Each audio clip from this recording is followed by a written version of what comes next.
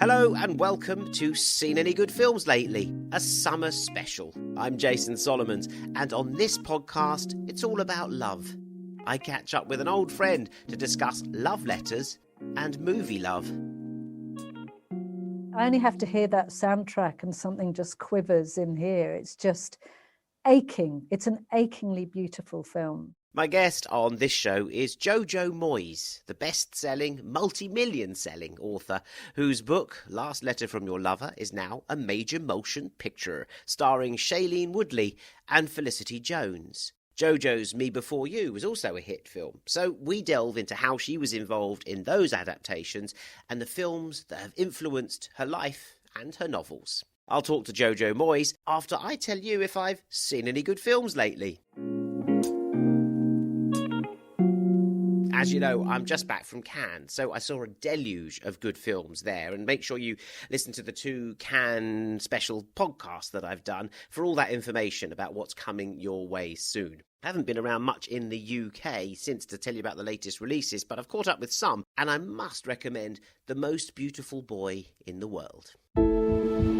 In 1970, Luchino Visconti went around the world to find the perfect beauty for the lead in his upcoming film, Death in Venice. Quel âge a-t-il? Il est très grand, hein? De taille, 15 cm. Il est très beau. Dis-lui d'enlever son foulard. Det kändes som svärmar av fladdermöss omkring en. Det var en levande mardröm. Det var som en liten maskot kanske, att det var lite fint att vistas med dig.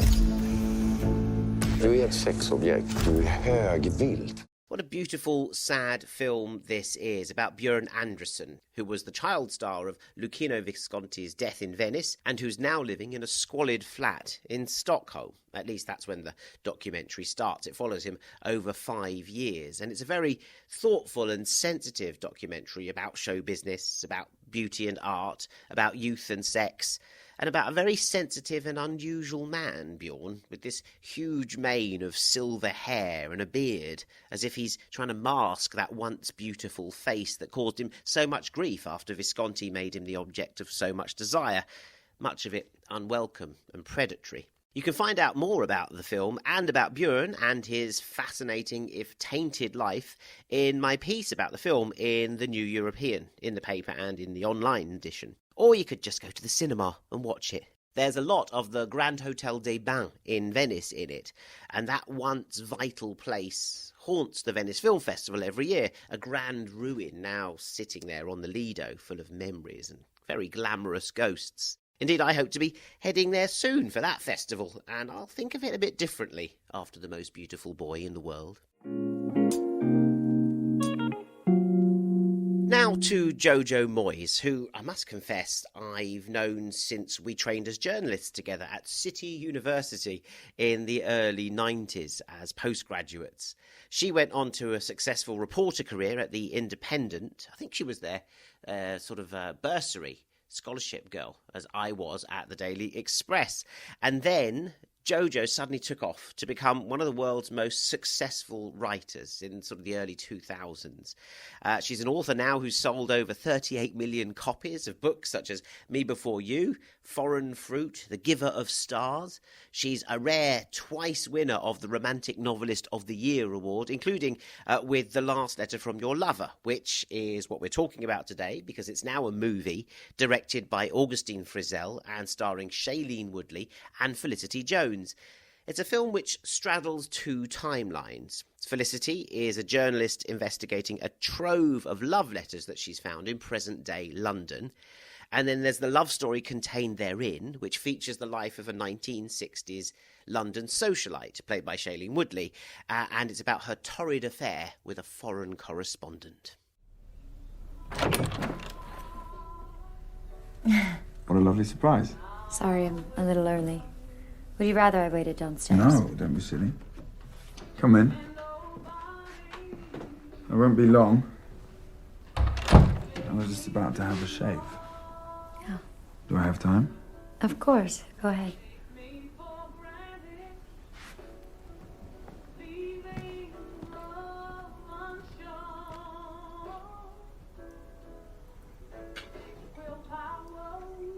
Everything all right? Yes. Yes, fine.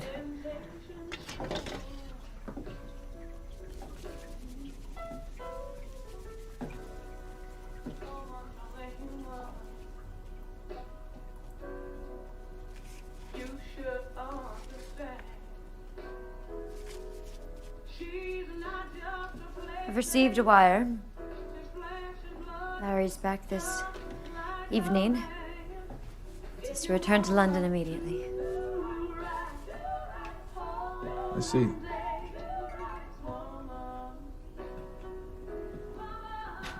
what do you want?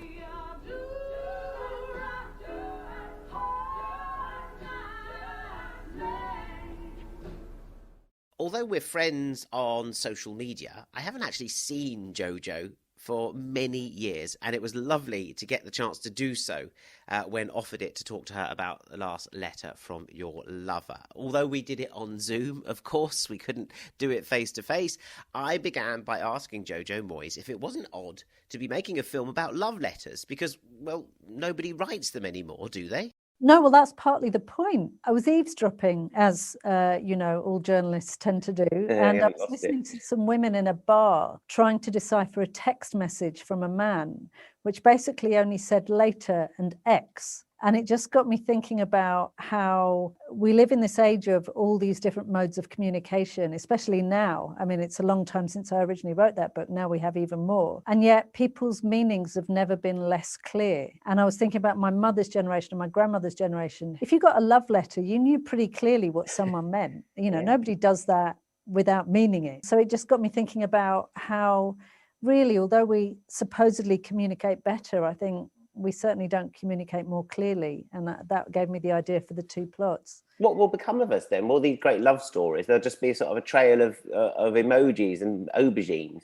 Exactly. Well, you're not exactly going to climb up the steps to your attic to retrieve a series of aubergine emojis.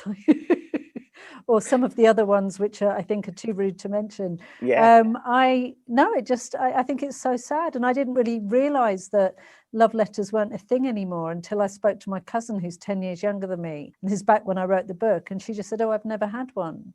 And I think our generation, and I know that you're roughly the same age as me, we were still just in the last tail end of, getting a few. And I got a few, I suppose. Not enough to yeah, make exactly. That might say more I'm sure about you were me. deluged with them. But presumably yours were in immaculate shorthand, Jojo. Oh, of course, yes. T-line. T-line. Immaculately done.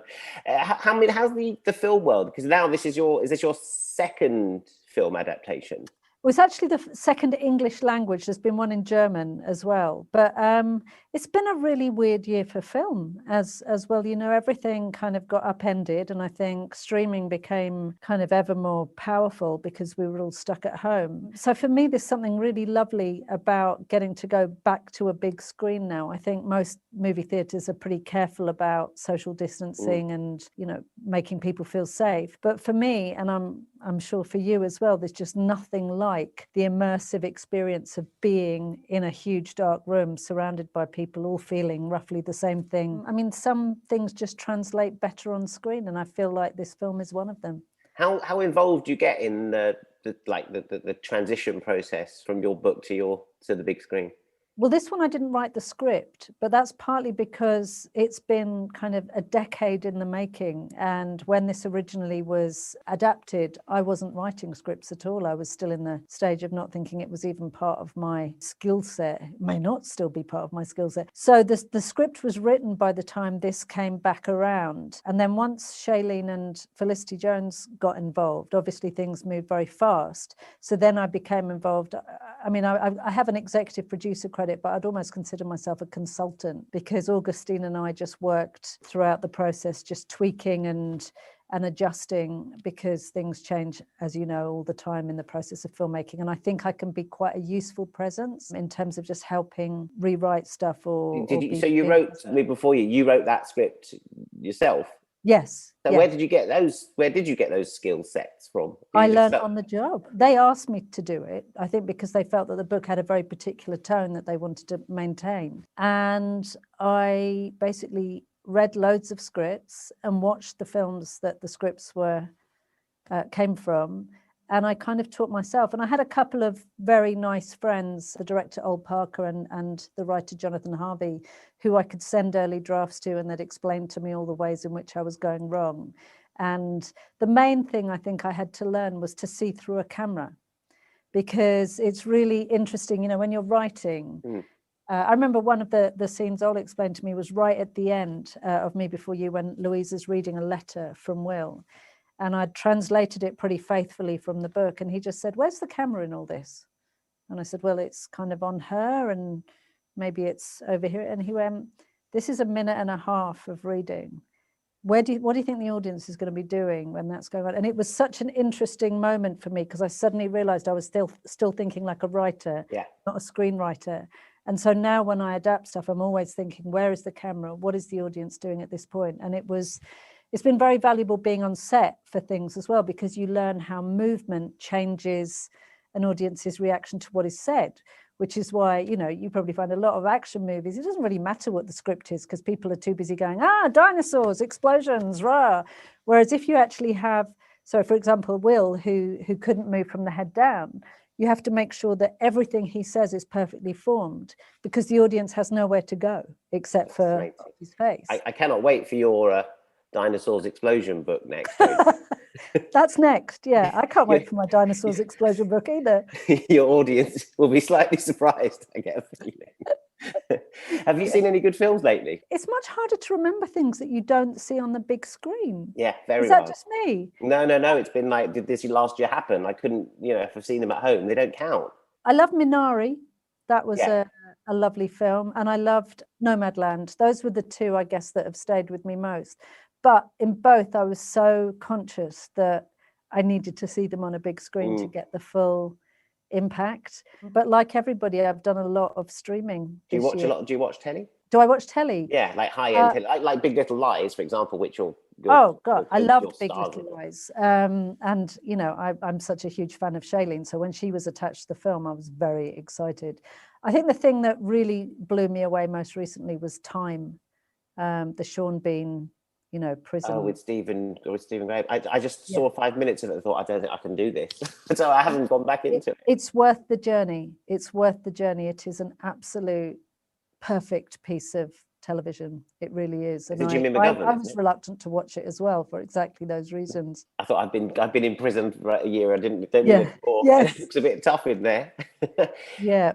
Is there a film that changed your life? I don't know if you're a massive movie fan, but I still read your books and they're so romantic. I'm thinking there's a film that really kind of seeped into you. I can tell you the film that changed my life, and I don't know if it's what you think it's going to be, but it's The Black Stallion by Francis Ford Coppola. And I think it's something about achieving something against the odds, but also the cinematography for that film was so beautiful. I don't know if you remember it, the first kind of 40% of the film. It was when we were about 12 or something like this, yeah? Yeah, but it's just a boy stuck on a desert island with a horse.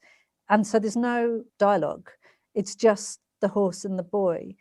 And it's so beautifully done, and it was so radical at the time. I remember reading a Sunday Times article when I was about 12 about how it was one of the first uses of underwater cameras. But also there's a final race scene where he did something so interesting with the final race scene where he took all the soundtrack away. So you just get silence and hoofbeats, and then a slow build of a kind of low hum. I mean, I think these are effects that get used a lot now, almost sound design that goes beyond normal music to kind of get you on a visceral level. But to me, I know it's thought of as a child's movie, but I never get tired of it. Terry Garr is in it, who I think is one of the greatest screen actresses ever. Yeah. But great choice. No one's ever chosen that on the show before. I'm sure they haven't. But there aren't many films, like you've got children as well, and you know how hard it is to find a film that can unite the whole family these days, that isn't a cartoon, they don't make Black Stallions anymore. No, they don't, and it stayed with me, and I probably watch it about twice a year. My children, who are pretty well adult now, are entirely sick of it. I've actually I made a 26-year-old friend watch it the other week, and luckily she was hungover and pliant. But I just think I just think it's a really beautiful piece of filmmaking. If you want to believe in magic, in beauty, in friendship, and freedom, believe in the Black Stallion. The biggest, the blackest, and the strongest, the most beautiful horse that ever was. Francis Ford Coppola presents Walter Farley's timeless classic, whose time has come. The Black Stallion. The story of a legendary horse who could only be tamed by a young boy's love. Did you watch any films for Last Letters? Are your books sometimes based on films? You said you watched some for Me Before You. No, I think with Last Letter, when I wrote the original story, I wanted it to have the feel of the kind of movie you would sit down and watch on a Sunday afternoon, like from the 1940s and 50s, that kind of snuggle up under a blanket, box of tissues, cup of tea. So most of my stories are about something else, but with love running through them. This is the only story I've ever written that has been just purely and unabashedly and unironically about love. And I kind of went for it. And what was lovely for me was that Augustine Frizzell, the director, she read it, and the first meeting we had, she was like, I need to go all in. And she's kind of an all-in person as well. I don't know if you've spoken to her, but no, I know her husband, but I didn't know her. It actually reflects her and her husband's story, because they wrote to each other long before they finally got together, and they sent each other gifts and items and things that meant something. And so I can see now why it really spoke to her, but she has just approached it in an absolute full-blooded, let's just not mess around. There's no nudges to camera. There's no nods and winks. This is just a kind of old-fashioned sweeping romance. And you haven't, like, you know, it'll be compared, because you've got two bits, I suppose, as well. Yeah. So they'll be compared to, I don't know, like the Casablancas that you mentioned, or the To Catch a Thief. I was thinking To Catch a Thief with the Riviera thing going on. I was thinking a bit Grace Kelly kind of thing. Well, it is interesting. It's much easier to write romantic stories about a prior age, because you didn't have mobile phones and you didn't have booty calls and you didn't have instant gratification. You know, now if you want to see somebody, you just contact them in any one of a dozen ways, or you get an Uber round to their house. You know, in the old days, there was a kind of restraint and a societal series of obstacles that made that kind of love impossible. And the key to writing any good love story, I think, is the obstacles that are in the path of the couple. And I think as we find it harder to maintain or create modern day obstacles, because there are none. There's no shame, there's no disapproval, there's no, or very little, there's nothing that can't be got over. I think really the obstacles in modern day romances tend to be in people's heads. Because, you know, it's our own inability to commit, or it's our own inability to get over ourselves, or let go, or whatever. What do you have romantic movies then that are among your favourites? Oh, I'm going to be just really boring and say When Harry Met Sally. That's my favourite rom-com. I just think I can pick parts of it apart again and again and again, because every line is a zinger. You know, most people can probably name half a dozen lines from that movie. But I think for a kind of less comedic version, Wong Kar Wai's In the Mood for Love just gets me. I only have to hear that soundtrack and something just quivers in here. It's just aching. It's an achingly beautiful film.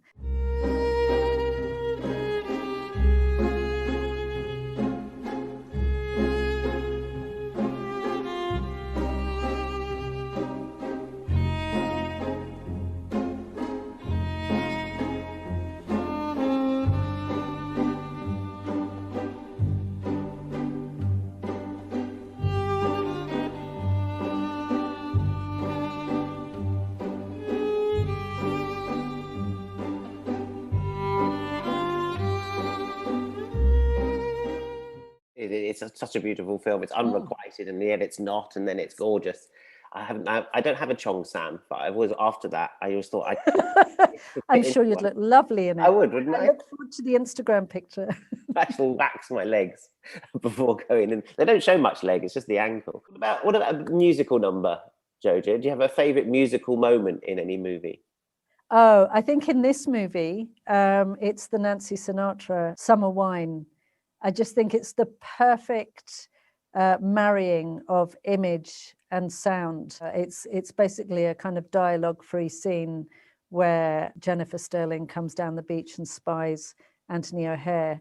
relaxing on the beach, but in a very kind of stiff way in his suit, where he should be wearing kind of, you know, trunks and t-shirt. But there's just something about the camera, the way it moves, and the music. It's just, I defy anybody to come out of that and not find themselves humming it. I think that's Did you pick the track? Is that in the book?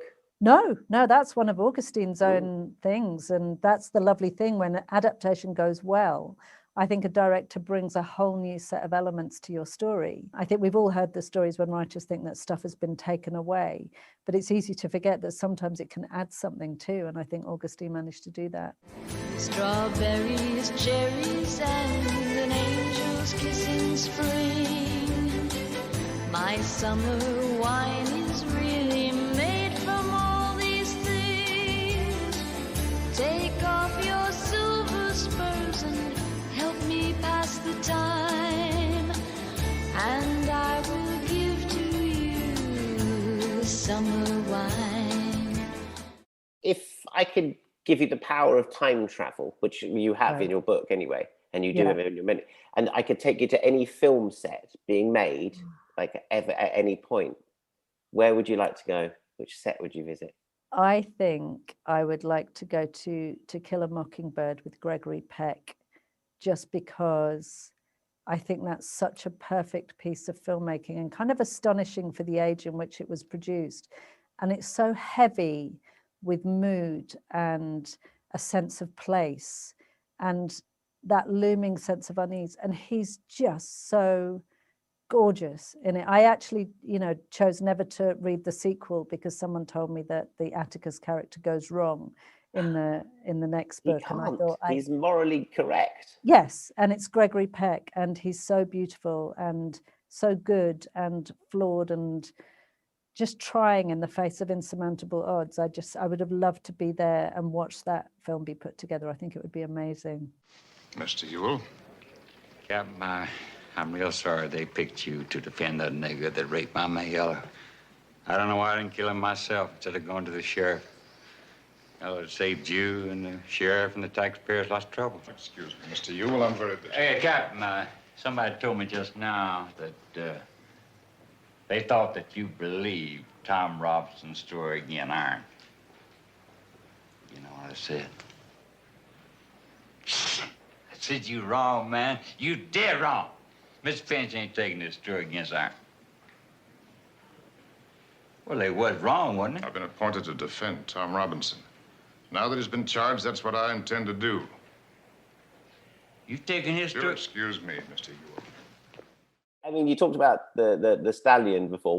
Do you have a sort of favorite location that you've ever seen in a film, or one that's transported you and enabled you to kind of dream? I think it is that desert island from the Black Stallion. I ended up writing a book at one point called The Horse Dancer, which has a scene where a girl escapes a situation on a horse and travels across France.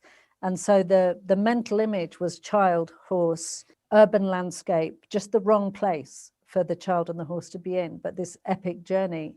And I'm pretty sure you can draw a direct thread from my kind of 12-year-old self watching the Black Stallion, or 8-year-old self, or whatever I was, all the way to writing that book 30 years later. What about Paris? That's what you did Letters from Paris, didn't you, as well? Oh, I've done, I didn't realize there's a whole Paris thing. I realized the themes that keep coming up in my books are horses, librarians, and Paris.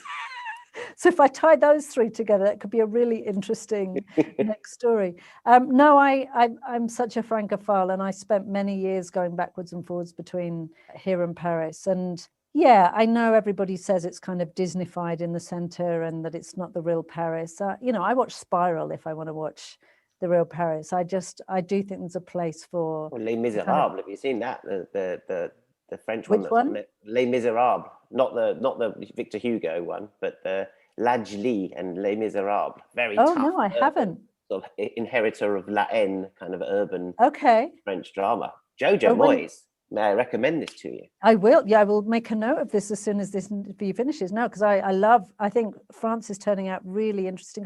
In fact, one of the films I really loved recently was a French film called I Got Life, and it's a sort of menopause comedy. With Juliette Binoche? No, it is an actress I hadn't heard of. And it's also, the male lead is the man from 10 Personnes, Call My Agent. He's the guy who has an affair with his assistant. And I can't remember, it's called I Got Life. And it was a really lovely, funny, heartwarming story about tentative romance in your 50s in Paris. And it's just got some very funny scenes, and she's wonderful in it. And I just wanted a bit of something heartwarming, and it was perfect lockdown fare. You found this one. I don't know if I think you found one that I didn't see. Yes, I've been ahead of Jason Solomon's. Yes. It's Agnès Jaoui. Oh, I love Agnès Jaoui. Oh, watch it and tell me what you think. Yeah, well, only if you go. Well, Thibault de Montin-Lambert. That's the guy. That's the guy from the 10 Personnes. Yeah. Oh, I've missed this one. I do love her. I do love her work. Right. Well, you watch Les Miserables. I'll watch I Got Okay. Life. All right. So I'll feel thoroughly depressed, and you'll feel completely uplifted. Yeah. Exactly. That's how it should be with your 38 million copies. Jojo Moyes, beautiful to see you. Missed you so much. Lovely to see you. It's so lovely to see you and looking so well. And I hope we get to meet in an actual face-to-face meeting. Oh, God, yeah. Nice to see you, Jojo. And the last letter from your lover is in cinemas from August the 6th and then on Netflix. Okay, 2 more very strong recommends from me for your further watching pleasure on Seen Any Good Films lately. Night of the Kings is amazing new African cinema by Philippe Lacotte. It's set in the Ivory Coast's La Maca prison, where a new inmate called Roman must keep telling his embellished stories to stay alive and assuage the wrath of the ailing jail kingpin Barbe Noire. It's told in a series of stories and actions that are acted out by the other prisoners, a tempestuous mix of performance and mythology set under a glaring red moon. Watch out too for French icon Denis Lavant in one of the most thrilling films of the summer. Peuple de la Maca! Un mauvais fils! Un fils quand même. Rien n'est plus dégoûtant qu'un innocent en prison. Si t'entends ici là-haut, bah bien, nous sommes tous coupables. Et avant l'homme qui a dansé, vous venez ici. Cavachan! I'm actually showing Night of the Kings at the Green Man Festival in Wales between August 19 and the 22nd, and I could not be happier to screen it there. It's a perfect setting for Night of the Kings. I'm actually very proud of the whole programme I've assembled for the Cinedrome at the festival at Green Man. So if you can still get tickets, do pop in and see us there between their great musical lineup. I don't know how I'm going to pull you away from such a fabulous lineup like Caribou and Kokoroko and Steam Down. But I've got Jazz on a Summer's Day, one of my favourite documentaries on a preview. I've got Mark Cousins' The Story of Looking. No one's seen that apart from those at Sheffield Doc Fest. I've got music docs like Polystyrene, I'm Not a Cliche, and Crock of Gold with Julian Temple's film about Shane McGowan. I got the Welsh thriller The Toll with a Q&A with some of its stars, including Ewan Rheon. And I got previews of British and Irish films Sweetheart and Wildfire, alongside some favourites and something for all the family in the mornings. If you can't get to the Green Man, well, then the next best thing to remind you of is my Seen Any Good Films Lately film of the year so far, Summer of Soul. Nobody ever heard of the Harlem Culture Festival. Nobody would believe that happened.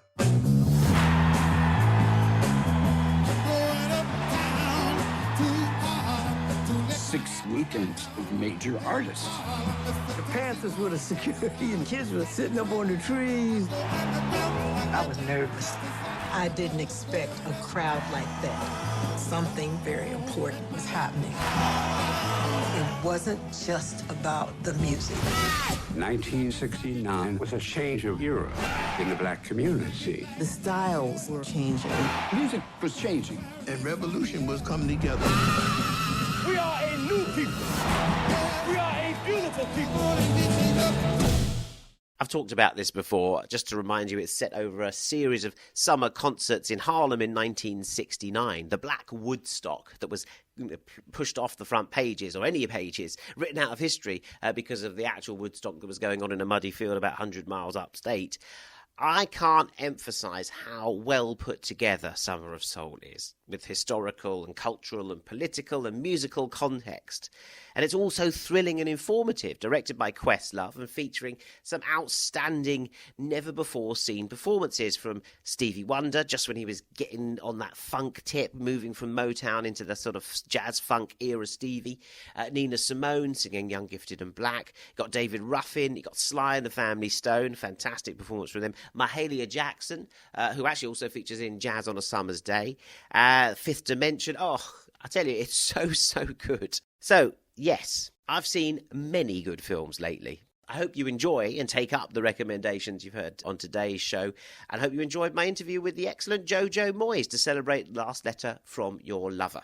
I've got a festival to prepare for, so I get my wellies and my tent ready. Actually, I'm staying off-site. Who am I kidding? You know me. I'm not doing the mud. I'm staying in a cottage. So I'll leave you for now, but not for long. I'm back with a huge exclusive interview next week. It's so big, I can't even tell you who it is. But I'll see you then. Ta-da.